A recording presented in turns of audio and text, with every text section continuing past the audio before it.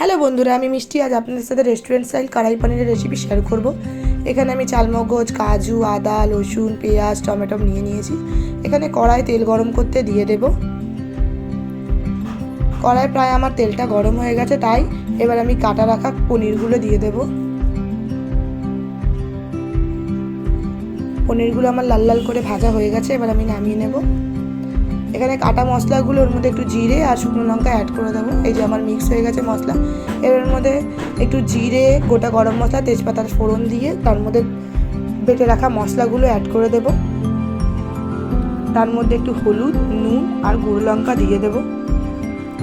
এবার এটাকে একটু চালিয়ে এটাকে কিছুক্ষণের জন্য ঢেকে রেখে দেব। তেলটা হালকা হালকা ছেড়ে দিয়েছে, আর একটুখানি ভাজতে হবে, তাই আবার আমি ঢেকে দেব। এই যে তেলটা ভালো করে তাও ছেড়ে দিয়েছে। এবার এর মধ্যে চিনি অ্যাড করে দেব। আরও কিছুক্ষণ চালিয়ে আবার ঢেকে দেব।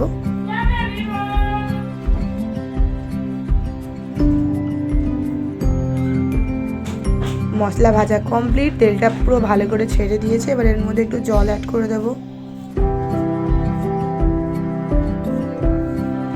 আর এর মধ্যে কেটে রাখা পনিরগুলোও অ্যাড করে দেব।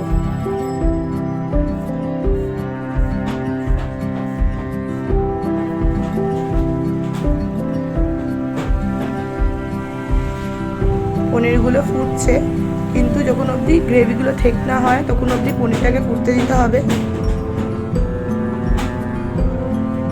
পনিরের গ্রেভি প্রায় ঠিক হয়ে গেছে, আমার পনির কমপ্লিট। এবার এর মধ্যে একটু গরম মশলা ছিটিয়ে দেব, আর এর মধ্যে কসুরি মেথি দিয়ে দেব। কড়াই পনিরের মেইন এলিমেন্ট হলো কয়লা, কারণ কয়লা দিলে স্মোকি ফ্লেভারটা আসে। তাই এবার কয়লাটাকে পুরাতে দিয়ে দেব, যখন অবধি না কয়লাটা লাল করে পোড়ে।